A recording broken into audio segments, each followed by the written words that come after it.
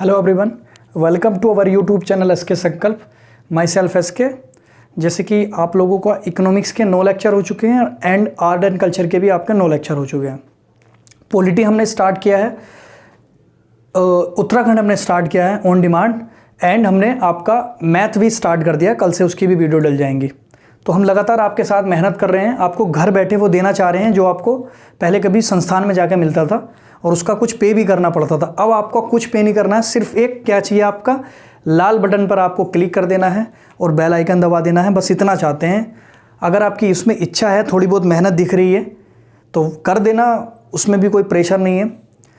Request है, एक बहुत हम्बल रिक्वेस्ट है, आप कर सकते हो तो कर देना। अगर दिक्कत ना हो वहाँ पे बटन दबाने में, क्या पता वहाँ तक पहुँचने में दिक्कत हो, तो उसमें परेशान होने की ज़रूरत नहीं है। नहीं हो रहा तो रहने दीजिए, वो अंदर से फील आएगा तब करिएगा आप।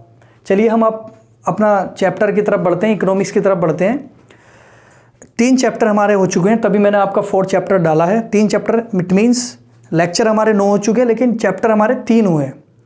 पहले चैप्टर मैंने आपको इकोनॉमिक्स का आधार बताया था कि विकसित, अविकसित, प्राथमिक क्षेत्र, द्वितीयक, तृतीयक क्षेत्र या टाइप्स ऑफ इकोनॉमी, ये सारी चीज़ें बताई थी।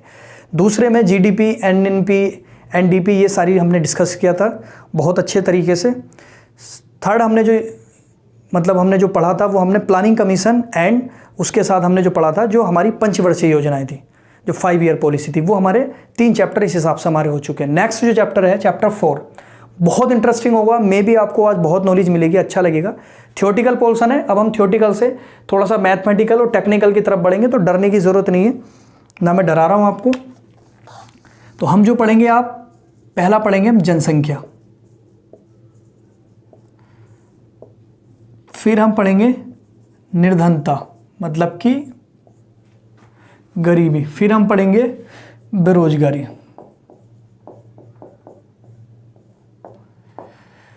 इंग्लिश में जरूर लिखिएगा, population, poverty, unemployment. Population, poverty, unemployment, पहले वो पढ़ेंगे, फिर ये पढ़ेंगे, फिर ये पढ़ेंगे। इसलिए जो पढ़ेंगे उसको रखेंगे, बाकी को मिटा देंगे, ठीक है। इसके अंदर क्या क्या पढ़ेंगे पहले वो लिख लेते हैं, फिर उसी क्रम में पढ़ना स्टार्ट करेंगे आगे। जनसंख्या के अंदर जो पहला टॉपिक पढ़ेंगे हम, डेमोग्राफी पढ़ेंगे। किस तरह का क्या मतलब है, किस तरीके से डेमोग्राफी होती है, डेमोग्राफी क्या है, ठीक है, ये हम पढ़ना स्टार्ट करेंगे। फिर हम पढ़ेंगे डेमोग्राफी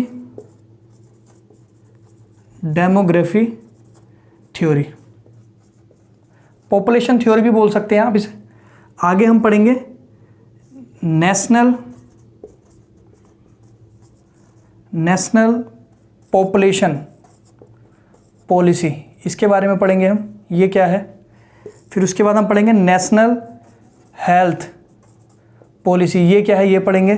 फिर बहुत इंटरेस्टिंग UIDAI के बारे में पढ़ेंगे, ये क्या है, unique identification authority of India, Aadhaar card वाला, समझेंगे अभी क्या है।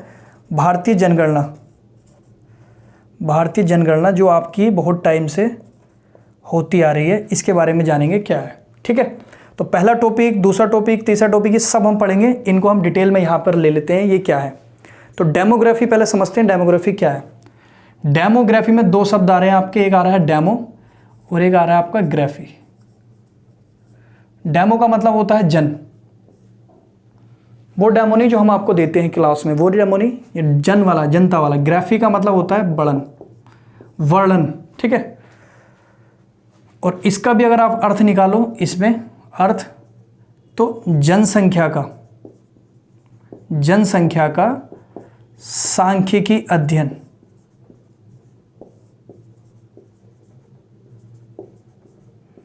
मतलब कि डेमोग्राफी का जो मतलब आपको समझ में आना चाहिए, जनसंख्या का संख्या के आधार पर अध्ययन। भारत है, इसकी अगर जनसंख्या आपको निकालनी है तो डेमोग्राफी पता लगानी पड़ेगी भारत की। तो निकल कर कितनी आएगी, 1,35 करोड़ अब निकल कर आएगी। 2011 में की थी, अब से 9 साल पहले, तो 1,21 करोड़ निकल कर आई थी, अब बढ़ चुकी है। वो 2021 में आपको पता चल जाएगा कि 10 साल में होती है, वो चलो आगे डिस्कस करेंगे। तो अभी मैं क्या कह रहा हूँ, डेमोग्राफी, जैसे कि उत्तराखंड की डेमोग्राफी निकालनी है तो कितनी होगी, 2 करोड़। जनसंख्या के आधार पर, सांख्यिकी संख्या के आधार पर अध्ययन जो निकल कर, यूपी की निकालेंगे तो कितनी आएगी 22 करोड़, ऐसी अलग मध्य प्रदेश की निकालेंगे तो वो अलग अलग निकल कर आएंगी जो जिसकी डेमोग्राफी, भारत की तो टोटल निकल कर आएगी, सभी राज्यों की निकालेंगे फिर। तो सांख्यिकी अध्ययन, जनसंख्या का सांख्यिकी, संख्या के आधार पर अध्ययन। डेमोग्राफी का मतलब समझ गए, ये आया कहाँ से शब्द ये जान लीजिए, यूनान से आया है, ये 2 शब्द से मिलकर बना है, जन, डेमो प्लस ग्राफी। डेमो का मतलब जन और ग्राफी का मतलब वर्णन, वर्णन का अर्थ ये निकल कर आता है इसमें। यूनान जो पहले ग्रीस था, सॉरी अब जो है ग्रीस है, पहले यूनान था, वो यूरोप के अंदर स्थित है, ठीक है, यूरोप महाद्वीप के अंदर। आपका डेमोग्राफी का मतलब आपको समझ आ चुका है, एक बार और बता रहा हूं मैं। डेमोग्राफी वह शब्द है जिसके अंदर हम जनसंख्या से संबंधित, ये भी लिख लेना आप, डेमोग्राफी वह शब्द है जिसके अंतर्गत हम जनसंख्या से संबंधित सभी प्रक्रियाओं का क्या करते हैं, अध्ययन करते हैं। सभी प्रक्रियाओं का अध्ययन से मतलब अभी मैं बताऊंगा, सिर्फ अभी अपने हिसाब से उतार लीजिएगा। लास्ट बार, डेमोग्राफी वह शब्द है जिसके अंतर्गत हम सभी जनसंख्या से संबंधित प्रक्रियाओं का अध्ययन करते हैं, वो आप समझते हैं आगे। तो डेमोग्राफी में आपने ये चीज समझ ली है। अब हम डेमोग्राफी के 2 टाइप्स पढ़ेंगे। Demography are 2 types, demography are 2 types, demography are 2 types. It means demography 2 प्रकार की होती है।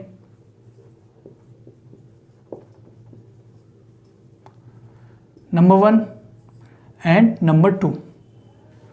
एक होता है आपका फॉर्मल डेमोग्राफी, फॉर्मल डेमोग्राफी, ठीक है, फॉर्मल मत लिख देना, फॉर्मल डेमोग्राफी, मेरे वर्ड्स पे जाना है आपको।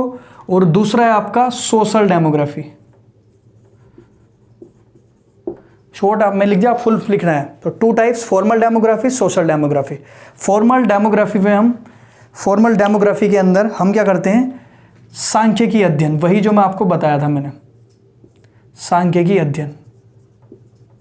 मतलब कि अगर हमें उत्तर प्रदेश की जनसंख्या का, काउंटिंग का, गिनती का पता लगाना है तो हमें कौन सी डेमोग्राफी का प्रयोग करना पड़ेगा, वहाँ पर फॉर्मल डेमोग्राफी, वहाँ पर संख्या का पता लग जाएगा। लेकिन अगर वहाँ पे हमें सामाजिक स्तर, वो आगे बताऊंगा, चलो आप समझ जाएगा, पहले बताऊंगा दिक्कत हो जाएगी। सोशल डेमोग्राफी में हम सामाजिक, राजनीतिक और आपका आर्थिक, ये सोशल डेमोग्राफी में हमारे, सोशल डेमोग्राफी हमारे सोशल, पॉलिटिकल और इकोनॉमिक डेमोग्राफी को देखते हैं हम सोशल डेमोग्राफी में। ये आपका समझ आ चुका है। संख्या को देखते हैं, इसमें इसको देखते हैं। मतलब सामाजिक का मतलब सामाजिक स्तर कैसा है। सामाजिक स्तर का मतलब यह है समाज में आपका शिशु मृत्यु दर कितनी है, जन्म दर कितनी है, मातृ दर कितनी है, ये सारी चीज़ें हम देखेंगे। साथ में हम देखेंगे समाज में पुरुष कितने हैं, महिलाएं कितनी हैं, शिशु कितने हैं, बूढ़े लोग कितने हैं, ये सारा हम देखेंगे सोशल में। इसमें सिर्फ हम जनसंख्या देख लेंगे, जैसे भारत की जनसंख्या 1 अरब 35 करोड़ है, तो इसमें पता लग जाएगा वो सिंपल। लेकिन उसके अंदर पुरुष कितने हैं, फीमेल, मेल, शिशु, बुढ़ापे या बूढ़े, वो किस में है, वो समाज में आ जाएगा, सामाजिक में। राजनीतिक में कि कितने स्टेट में, कौन से स्टेट में कितने हैं, कितने जिले में कितने हैं, तो वो आपका क्या निकल कर आएगा, पॉलिटिकल आपका डेमोग्राफी। जैसे उत्तर प्रदेश में कितने ज़िले हैं, उस ज़िलों में हर ज़िले की कितनी पॉपुलेशन है, समझ रहे हैं आप। तो यूपी की कितनी पॉपुलेशन है, यूपी का आकार कितना है, ये आपका पॉलिटिकल डेमोग्राफी में आ जाएगा। आर्थिक में आपकी इनकम देखी जाएगी कि आप जो रह रहे हैं आपकी आय कितनी है। सोशल जो आपकी इनकम है वो सोशल डेमोग्राफी में इनकम भी देखी जाएगी। मुझे बताओ इससे क्या हो जाएगा, संख्या निकाल ली आपने भारत की कि 1 अरब 35 करोड़, तो उससे क्या हो रहा उससे क्या हो रहा है, सॉरी, उससे क्या हो रहा है। तो वो आपका सारी चीज़ें देखने का इसमें होता है, ये हर 10 साल में होती है, वो आगे मैं बताऊंगा। तो आपको ये पता चला होगा 2 टाइप्स, फॉर्मल डेमोग्राफी संख्या पता लगाते हैं, सोशल डेमोग्राफी में आपका और भी सारी चीज़ें हम देखते हैं, ठीक है। जीवन प्रत्याशा कितनी है, शिशु कितने मर रहे हैं, जन्म कितना हो रहा है, मृत्यु कितनी हो रही है, ये सारी चीज़ें हम इसमें देखेंगे। आय कितनी है, जिले में कितने हैं, राज्य में कितने हैं, ये सारी चीज़ें हम पढ़ना इसमें करते हैं। आकार कितना है जनसंख्या का। तो ये आपका हो चुका है डेमोग्राफी समाप्त, डेमोग्राफी का आपका हो चुका है। आई होप आपको समझ में आ चुका होगा। अब हम पढ़ेंगे डेमोग्राफी थ्योरी।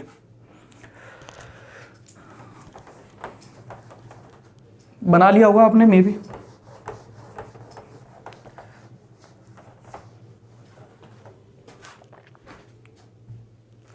आगे जो हम जनसंख्या वृद्धि का सिद्धांत, डेमोग्राफी थ्योरी के अंदर पहला जनसंख्या वृद्धि का सिद्धांत, दो सिद्धांत मैंने आपको बताए थे, जैसे थ्योरी, दो थ्योरी है, तो पहला पढ़ेंगे जनसंख्या वृद्धि का सिद्धांत। इसका सीधा मतलब निकल कर आता है theory of population growth. Theory of population growth ये आप लिख लीजिएगा, ये आपका हो चुका है। तो थ्योरी ऑफ पॉपुलेशन ग्रोथ को समझते हैं। ये दिया किसने था? ये आपका अर्थशास्त्री थे, अर्थशास्त्री, क्योंकि अर्थशास्त्र का अध्ययन करते थे। यूरोप के थे, यूरोप में भी एक पर्टिकुलर देश था ब्रिटेन, ब्रिटेन के थे, और माल्थन इनका नाम था। अर्थशास्त्री ब्रिटेन के माल्थन, जिन्होंने ये सिद्धांत दिया था जनसंख्या वृद्धि का सिद्धांत। इन्होंने एक बात कही थी, कृषि में वृद्धि, कृषि में वृद्धि हमेशा जनसंख्या में वृद्धि से कम रही है। इसका मतलब है, इन्होंने एक बात बोली थी कि कृषि में वृद्धि, कृषि में वृद्धि का मतलब जो कृषि से रिलेटेड जो चीज़ें हैं उसमें जो वृद्धि हुई है वो हमेशा जनसंख्या की वृद्धि से कम रही है। अर्थात जनसंख्या वृद्धि हमेशा क्या रही है? तीव्र रही है। जनसंख्या वृद्धि हमेशा तीव्र रही है। इन्होंने फिर बोला है कि कृषि में वृद्धि हमेशा जनसंख्या में वृद्धि से कम रही है, मतलब कि जनसंख्या में वृद्धि हमेशा ज़्यादा रही है। अगर आपको समृद्धि हासिल करनी है, समृद्धि करनी है, समृद्धि करनी है, ग्रोथ करनी है, तो आपको जनसंख्या में या जनसंख्या वृद्धि में कमी करनी होगी। अभी आपको बहुत नॉर्मल सा लग रहा है, ये जब दिया है सिद्धांत तभी हुआ है, पहले कभी नहीं होता था कि इसका लिंक है क्या, कि ग्रोथ क्यों नहीं हो पाती है, क्योंकि इसमें ये समझ में नहीं आ रहा ना पहले। अब तो आपको नॉर्मल लग रहा है, आपका आईक्यू लेवल बहुत बढ़ चुका है सब लोगों का, लेकिन ये बहुत पहले दिया गया है सिद्धांत। बहुत पहले का मतलब जब सोच भी नहीं पाते थे इस तरह की बातें कि अच्छा इसका लिंक ग्रोथ से, इसका इससे है, समझ रहे हैं आप? तो ग्रोथ मतलब कि अगर 500 लोग हैं वो 1000 लोग हो जाए, 500 लोगों का उत्पादन होता है कृषि में, तो 500 ही तो खा पाएंगे, और 1000 हो जाए तो वो 500 कैसे खाएंगे भाई? तो इससे क्या है, दिक्कत आ जाएगी, ग्रोथ नहीं हो पाएगी, और जनसंख्या विस्फोट के कारण या जनसंख्या वृद्धि के कारण वृद्धि हमेशा घटती चली जाएगी। जो ग्रोथ है आपकी, उत्पादन नहीं हो रहा है ज़्यादा इस वजह से। तो इसलिए अगर उत्पादन में वृद्धि करनी है, इट मीन्स समृद्धि करनी है, ग्रोथ करनी है, तो जनसंख्या की वृद्धि में कमी करनी होगी। ये आपका कौन सा सिद्धांत हो गया? पहला सिद्धांत हो चुका है, जनसंख्या वृद्धि का सिद्धांत। माल्थन ने दिया था, ब्रिटेन के अर्थशास्त्री थे। आई होप समझ में आ चुका होगा। क्लियर? आगे चलते हैं।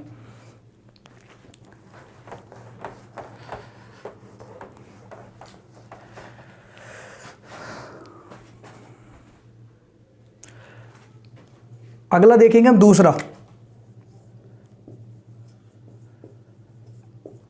Theory of demography transition.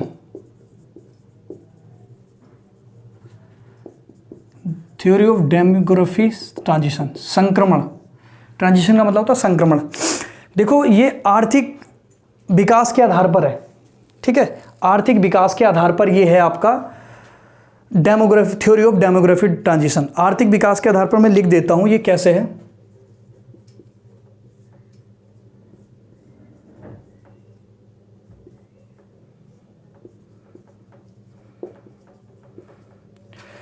आर्थिक विकास के आधार पर देखो, इसको जो दिया गया था वो वॉरेन थॉमसन ने दिया था,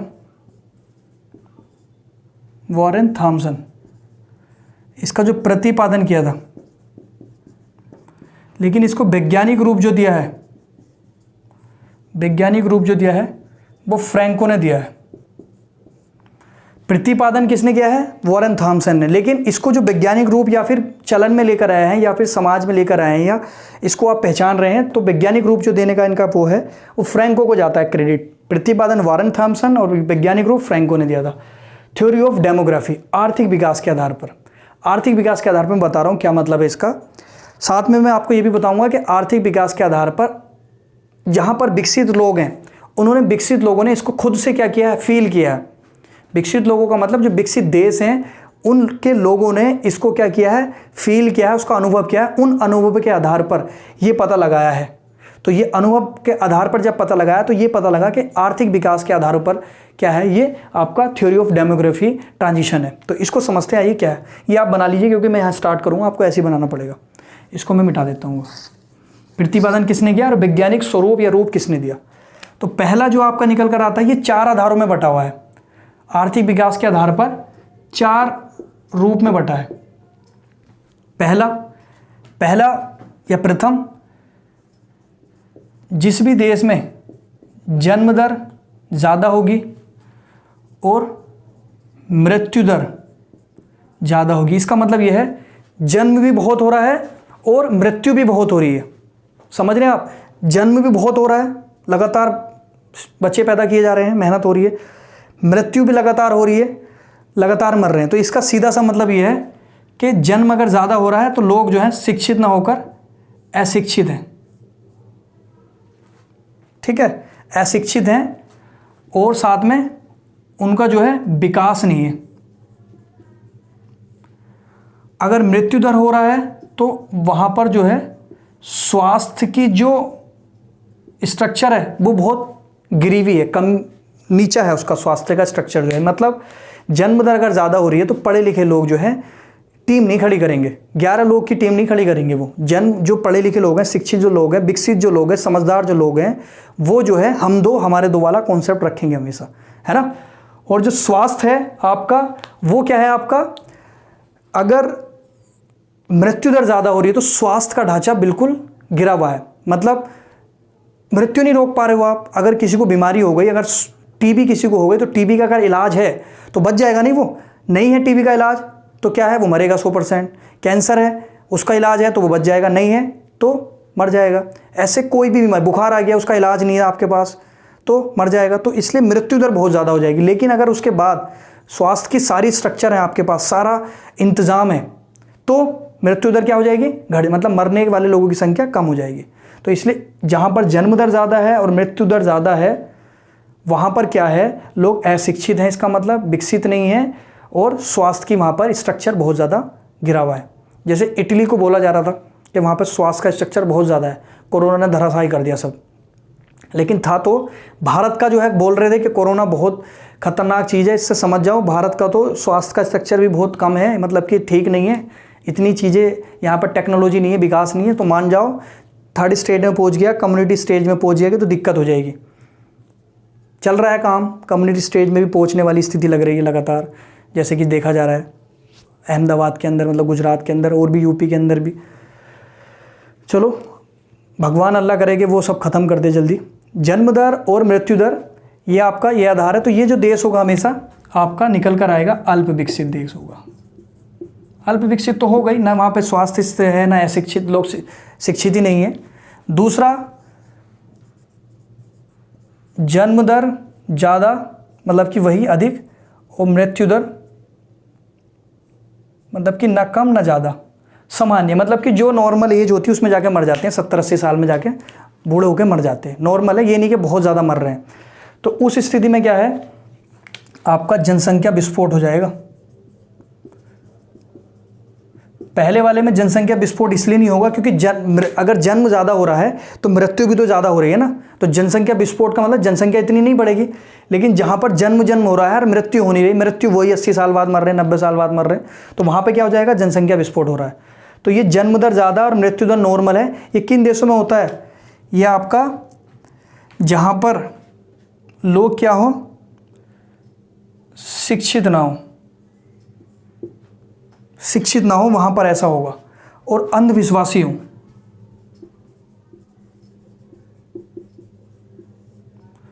और धार्मिक हो बहुत ज़्यादा, अंधविश्वासी हो, धार्मिक हो। मतलब इसका मतलब यह है, ना तो पढ़े लिखे हैं और अंधविश्वास बहुत ज़्यादा है उनके अंदर, और धार्मिक का मतलब धर्म में कहा है कि बच्चे तो भगवान का रूप हैं, वो अपनी मर्जी से देता है, उसने दिए हैं, हमने थोड़ी कुछ किया, हमने कुछ नहीं किया, उसने दिए हैं। तो ये एक अंधविश्वास है। धार्मिक है कि धर्म में ऐसा धार्मिक है, भगवान देता है, अल्लाह देता है, तो ऐसा कुछ नहीं है। तो जनसंख्या विस्फोट आपका इसके तहत हो जाता है। ये जो है आपका वही देश होगा आपका अल्प विकसित, ये खास कोई देश नहीं होगा जिसमें इस तरह की चीज़ें हैं। धार्मिक आधार पर जो है पैदा किए जा रहे हैं। अगला जो है आपका जन्म दर और मृत्यु दर दोनों कम होती जा रही है। क्या होती जा रही है? कम होती जा रही है। जन्म दर भी और मृत्यु दर भी कम होती जा रही है। तो उस स्थिति में क्या होगा? विकसित देश की तरफ बढ़ेगा वो देश, विकसित देश की तरफ बढ़ेगा वो। अगर वो अल्प विकसित है या विकासशील है तो विकसित देश की तरफ बढ़ेगा। ये पहले मैंने बताया आपको। तो विकसित देश की तरफ बढ़ेगा अगर ये जन्म दर और मृत्यु दर लगातार कम होती चली जाएगी। और साथ में क्या है, उसका शहरीकरण होता चला जाएगा। उस देश का शहरीकरण मतलब कि शहर बनते चले जाएंगे, नगरीकरण होता चला जाएगा, और आपका उद्योगीकरण भी होता चला जाएगा। उद्योगीकरण मतलब इंडस्ट्रियलाइजेशन, इंडस्ट्री लगती चले जाएंगी। ये एक अनुभव है, फील किया गया है। ध्यान रखना कभी इस चीज़ को कि ऐसे ही चल रहा है। डेमोग्राफी ऑफ ट्रांजिशन है। आपका अगला जो है जन्म दर और मृत्यु दर दोनों नीची हैं या फिर नियंत्रित हैं, कंट्रोल्ड है। ये तो हो रहा है लगातार, ये कंट्रोल्ड है पहले से। तो ये तो जो जहाँ पे कंट्रोल है वो तो कौन सा देश कहलाएगा? नो डाउट विकसित देश कहलाएगा। बढ़ नहीं रहा है, बढ़ तो पहला वाला रहा है, ये तो विकसित देश है, डेवलप है ऑलरेडी। और यहाँ पे जो है, जहाँ पे यहाँ का ये कंडीशन होगी, वहाँ की जो है महिलाएं उत्पादन कार्य में लगी होंगी। उत्पादन कार्य वो किसी में भी लगी हो सकती है, कृषि में भी, उद्योग में भी, सेवाओं में भी अपना क्या कर रही हैं? योगदान दे रही हैं। महिला उत्पादन में लगी भी हैं। तो विकसित देश आपका इस कैटेगरीज में आएगा, जो जन्म दर भी मृत्यु दर दोनों कंट्रोल्ड है। ये आपका दोनों ऊपर हैं, इसमें अलग स्थिति इसमें। तो ये आपका कौन सा है? Theory of demography transition. समझ में आया होगा आई होप। आपको यहाँ पहुँचना है अभी भारत को यहाँ पहुँचने के लिए किसकी ज़रूरत पड़ेगी? National population policy. आपको विकसित देश बनाना है ना, या फिर यहाँ रखना है अपना आपको अल्प विकसित में? आपको यहाँ पहुँचना है। तो यहाँ पहुँचने के लिए तो सिद्धांत दिए गए हैं, थ्योरी दी गई हैं दो। वो थ्योरी पहले भी दी है कि अगर आपको अपना विकास करना है, अगर आपको समृद्धि हासिल करनी है तो जनसंख्या को क्या नियंत्रित करना पड़ेगा। वो अगर समझ में नहीं आ रहा होगा तो ये समझ में आ रहा होगा सीधा सीधा कि जिसकी जन्म दर और मृत्यु दर कंट्रोल्ड है वो विकसित देश है। और जन्म दर और मृत्यु दर जिसकी कंट्रोल है, इसका मतलब वो पढ़े लिखे लोग हैं, अंधविश्वासी नहीं है और धार्मिक भी नहीं है, बिल्कुल भी होंगे, हिसाब से होंगे, कंट्रोल्ड वे में होंगे वो भी। तो ये आपका दो सिद्धांत समझने के बाद हमें जो ज़रूरत पड़ी नेशनल पॉपुलेशन पॉलिसी की ज़रूरत पड़ी, क्योंकि दोनों हमें सिद्धांत में दिखाया गया है कि हमें जनसंख्या कंट्रोल करनी पड़ेगी, तभी क्या है हम विकसित देश बन सकते हैं।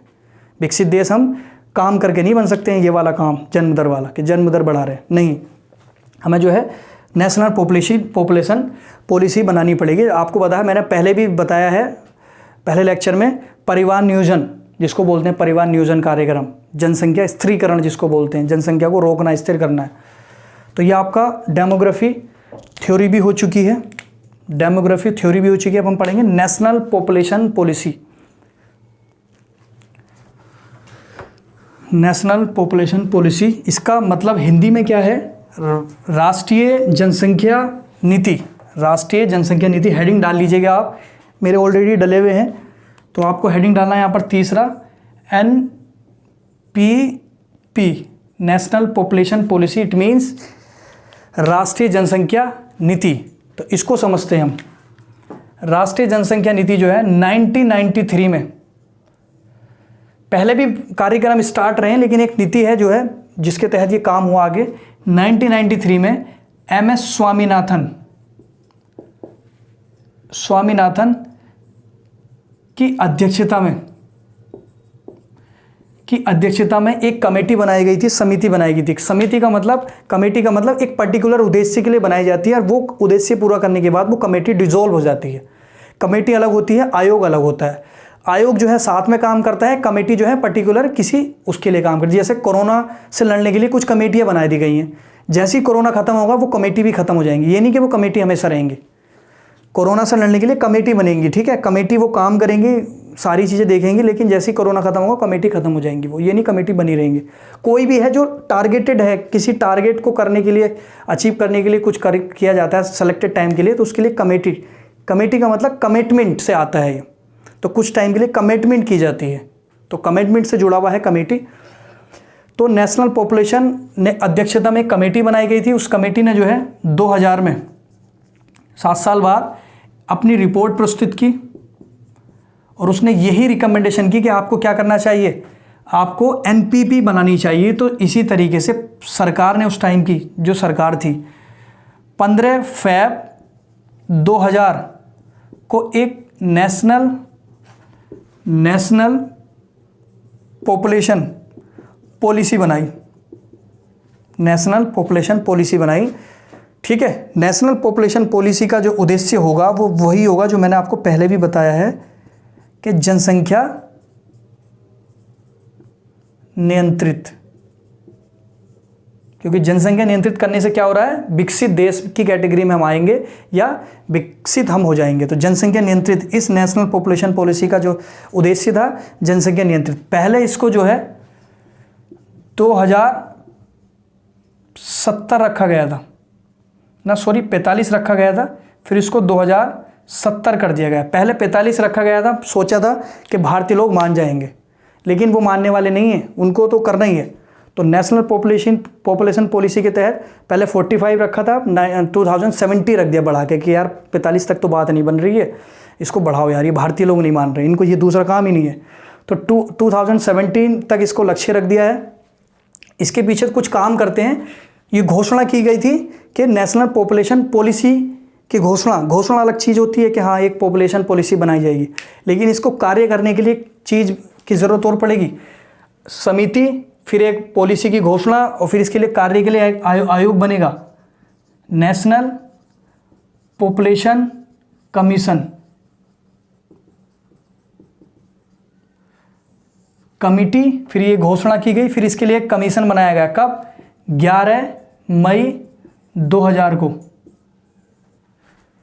इसका क्या काम था? इसका काम यही था कि जो जनसंख्या कंट्रोल से संबंधित जो क्रियाकलाप थे या क्रिया थी, ये वो करता था कि किस तरीके से जनसंख्या को रोकना है, तो वो काम करता था ये, ठीक है। आयोग करता था काम। ये तो घोषणा कर दी सरकार ने कि नेशनल पॉपुलेशन पॉलिसी बना दी हमने, लेकिन इस पर काम कौन करेगा? ये कमीशन जो है तभी बनाया गया था। एक और ध्यान रखना है आपको, एक चीज़ इसी के साथ और जोड़ लिए, नेशनल पॉपुलेशन परिषद या काउंसिल, हिंदी में इसको क्या बोलेंगे? काउंसिल। ये आपकी एक 1969 में बनी थी, नेशनल पॉपुलेशन काउंसिल, जो इंदिरा गांधी ने जो तय की थी एक परिवार नियोजन कार्यक्रम, उस टाइम पर 1969 में बनाई थी इंदिरा गांधी के टाइम पर। नेशनल पॉपुलेशन काउंसिल, राष्ट्रीय जनसंख्या परिषद 1969। ये जो है इसका अलग काम है, ये जो है रूपरेखा का मतलब ड्राफ्ट तैयार करती है कि किस तरीके से जनसंख्या को रोकना है। ये जनसंख्या को रूपरेखा बनाती है, ड्राफ्ट बनाती है कि किस तरीके से जनसंख्या को रोकना है। ये जो है उस पर काम करती है, फिर आयोग जो उस पर काम करती है। और ये जो है ये घोषणा की गई थी सरकार के द्वारा, किसके कहने पर? एम.एस. स्वामीनाथन कमेटी के कहने पर। तो चारों देख लेना आप। एम.एस. स्वामीनाथन की अध्यक्षता में एक कमेटी बनाई थी 1993 में, 2000 में रिपोर्ट प्रकाशित की। तो केंद्र सरकार ने उस टाइम की जो है नेशनल पॉपुलेशन पॉलिसी की घोषणा कर दी और एक आयोग बनाया जो इस पर काम करेगा, रोकेगा। कैसे रोकेगा? ये इसमें काउंसिल जो है काम करेगी, रूपरेखा तैयार करेगी। साथ में इनकी भी हेल्प करती है, क्रियात्मक क्रिया जो है, जो करने वाली एक्टिविटी है, उनमें भी साथ देती है कि किस तरीके से इसको रोकना है। ये रूपरेखा तैयार करती है। तो आपका इस तरीके से नेशनल पॉपुलेशन पॉलिसी भी इन पूरे उसमें समाप्त हो चुका है। समझ रहे हैं आप? तो इसको बनाइए जल्दी।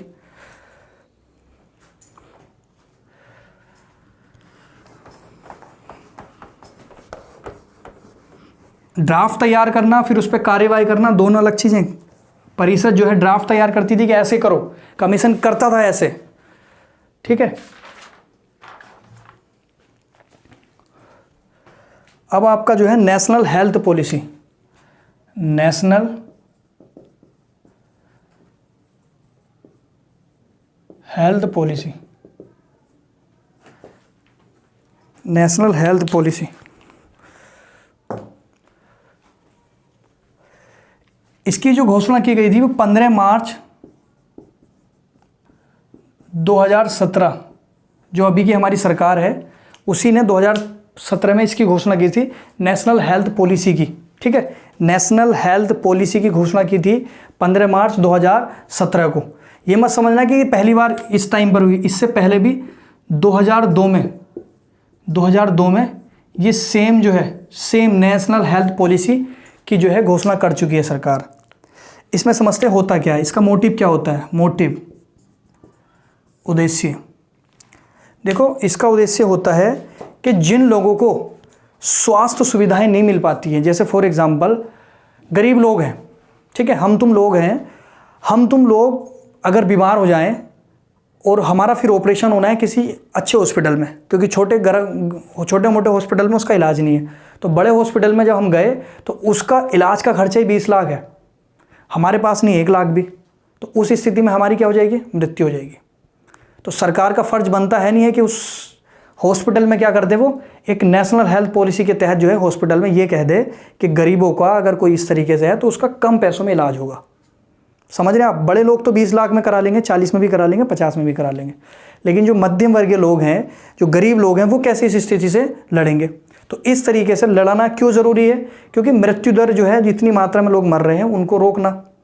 शिशु अगर किसी वजह से कोई दिक्कत है, पैदा हुआ बच्चा और उसका इलाज करना है, उस पर परिवार पे, वो गरीब परिवार है, नहीं करा पा रहा बच्चा, फिर क्या हो जाएगा, एक्सपायर कर जाएगा। कोई गरीब है, उसकी आंखें चली गई, सरकार का अगर उस पर स्वास्थ्य की पॉलिसी नहीं चल रही देश में, अंधा ही रहेगा बेचारा। कैंसर हो गया, 10 लाख की ज़रूरत है, 5 लाख पड़ा है, 5 लाख के चक्कर में मर जाएगा। सरकार 5 लाख दे तो कुछ बन सकता है। डायबिटीज़ है, हार्ट अटैक होने की प्रॉब्लम है, ये सारी प्रॉब्लम है। अगर इन प्रॉब्लम से लड़ने के लिए सरकार साथ नहीं देगी तो कहाँ की सरकार, किस चीज़ की सरकार, समझ रहे हैं ना आप। सरकार होगी, हमारी मदद करेगी, कुछ हम करेंगे, काम हो जाएगा। तो नेशनल हेल्थ पॉलिसी के तहत जो है ज़रूरतमंदों को, विशेषकर सभी के लिए, हालांकि ये नहीं भेदभाव करती है, सभी के लिए, लेकिन ज़्यादातर किसके लिए, ज़रूरतमंदों के लिए ये नीति बनाई गई है कि जिसको ज़्यादा ज़रूरत है, जो नहीं ले पाते इन सरकारी योजनाओं का लाभ, पॉलिसियों का लाभ, उनके लिए विशेष कर है। क्या है उद्देश्य, उद्देश्य यही, मोटिव यही कि आपका स्वास्थ्य सेवाएं देनी है, विशेषकर उन लोगों को जिनको जो है ये सेवाएं नहीं मिलती है। और इसमें क्या है, जीवन प्रत्याशा बढ़ाई जाए कि जो व्यक्ति 50 साल जी रहा है या 67 साल जी रहा है उसको बढ़ाकर, जैसे हमारे यहाँ जीवन प्रत्याशा 67 साल है, कोई भी व्यक्ति जो है 67 साल तक माना जाता है कि एवरेज 67 साल जिएगा या 67.5, इसको बढ़कर 75 करना है कि 75 तक जिए। शिशु की मृत्यु दर जो ज़्यादा हो रही है उसको कम करना है। पहले 28 था, फिर 25 था, फिर 16, मतलब कि 1000 बच्चे हो रहे हैं तो उसमें 16 मरे, 100, 150, 200 नहीं मरेंगे, 100 में से कम 16 मरे तो ठीक है। मतलब कि ये कहना गलत है, लेकिन सर हमारे देश की हालत ये है, पहले मरते कितने थे, 200, 150, 100, 1000 में से, मतलब 16 पे लाना है इस डाटा को। ऐसी आपका मातृत्व मृत्यु दर का मतलब वही कि जब माता गर्भवती होती है, अपने बच्चे को जन्म देती है, तो प्रसव के दौरान वो कहीं ना कहीं एक्सपायर कर जाती है, तो वो संख्या भी हमें कम करनी है कि माता इस तरीके से ना मरे। कोई अगर दृष्टिहीन है तो उसको दृष्टि देनी है। कोई कैंसर से पीड़ित है तो उसको कैंसर का इलाज कराना है तो कराएगी सरकार अपने हिसाब से इस नेशनल हेल्थ पॉलिसी के तहत, समझ रहे हो ना। कैंसर से, डायबिटीज़ से, आपका हार्ट अटैक की प्रॉब्लम है कोई, ये इस तरीके जितनी भी चीज़ है, इसका उद्देश्य क्या होता है पॉलिसियों का, कि सरकार इनमें आपका योगदान देगी, ठीक है। तो इसका यही आपका उद्देश्य है, स्वास्थ्य देखभाल को सुनिश्चित करना, बस स्वास्थ्य देखभाल को सुनिश्चित करना, स्वास्थ्य की देखभाल को सुनिश्चित करना है बस। तो ये आपका क्या हो चुका है, नेशनल हेल्थ पॉलिसी हो चुका है। क्या हो चुका है, नेशनल हेल्थ पॉलिसी, ठीक है। एक आध पॉइंट और है इसमें, तो वो देख लेंगे हम क्या है। जैसे कि नेशनल हेल्थ पॉलिसी में आपका जो है, जैसे हमारी जीडीपी है, जीडीपी में अभी इसका 1.5% खर्च होता है, और इसको बढ़ा के कितना करना है, जीडीपी का 2.5% करना है खर्च। जैसे फॉर एग्जांपल हमारे देश की जीडीपी कितनी है, 100 रुपये मान लो, फॉर एग्जांपल, होती नहीं है इतनी, कई करोड़ों में होती है। जैसे 100 करोड़ मान लो, मोटा मोटा जीडीपी हमारी 100 करोड़ है, एक साल में हमारा उत्पादन का मूल्य जो निकल कर आता है वो 100 करोड़ है। जिसने नई लेक्चर देखे जीडीपी के देख लेना, तो 100 करोड़ है, तो उसमें से 1.5 करोड़ जो है स्वास्थ्य पर खर्चे होते हैं अभी वर्तमान में। कितने, वर्तमान में 1.5 करोड़, 100 करोड़ में से। लेकिन जीडीपी का अभी हमें खर्च करने की कितनी ज़रूरत है, 2.5 करोड़ खर्च करने की ज़रूरत है स्वास्थ्य पर। तो ये आपका 100 करोड़, ये मैं बता रहा हूँ 100 करोड़ जीडीपी, अगर आप 2.5 करोड़ खर्च करने लगे तो असली जीडीपी में अगर 2.5% खर्च करने लगे तो बहुत बड़ा डाटा निकल कर आएगा, बहुत बड़ा डाटा। क्योंकि जीडीपी का और भी खर्च करना होता है, ये नहीं कि सिर्फ आप स्वास्थ्य में, और भी बहुत सारी चीज़ों में खर्च करना होता है। तो अभी 1.5% है वर्तमान में, इसको 2.5% करना है। अगर 100 करोड़ जीडीपी है तो 150 करोड़ है तो उसको 250 करोड़ कर दें, या सॉरी 2.5 करोड़ कर दें। समझ गए होंगे मैं क्या कहना चाह रहा हूँ। तो अभी हमारी जीडीपी बहुत है, तो उस हिसाब से अगर निकालेंगे 2.5% तो बहुत निकल कर आएगा। तो ये अभी बात चल रही है, वर्तमान में 1.5% है, बढ़ाने की बात है, बढ़ाई जाए। स्वास्थ्य है तो सब कुछ है। अब आपका क्या है, ये भी हो चुकी है, ये भी हो चुकी है, UIDAI,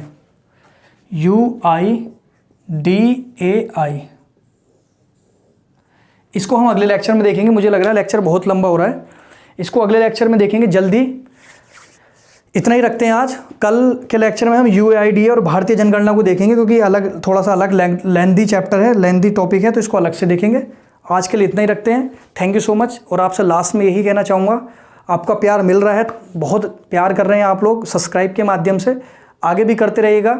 जिनको ये वीडियो अच्छी लगी हो, जिसको थोड़ी बहुत पसंद आई हो, प्लीज़ लाइक सब्सक्राइब जरूर कर दीजिएगा, कर दीजिए। अभी फिर नहीं मिलेगा टाइम, फिर अभी कर देंगे तो आपका नोटिफिकेशन हमारा आता रहेगा आपके पास।